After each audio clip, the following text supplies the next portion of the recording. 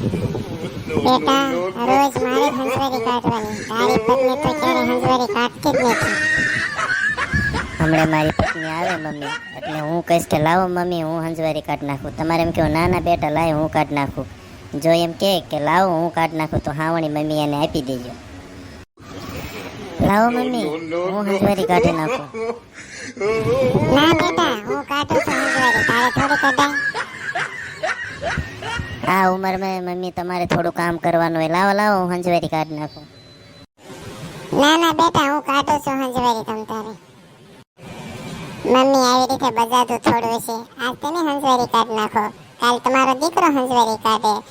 વારા કરી નાખો ને, આમાં લપ થોડી કરાય. આમાં બીજો કોક સાંભળી જાય તો વાતો કરે આપણા ઘરની.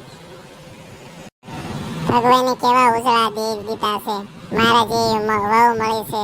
લપુ કરાતી છે, સમજીને કામ કરો સમજીને.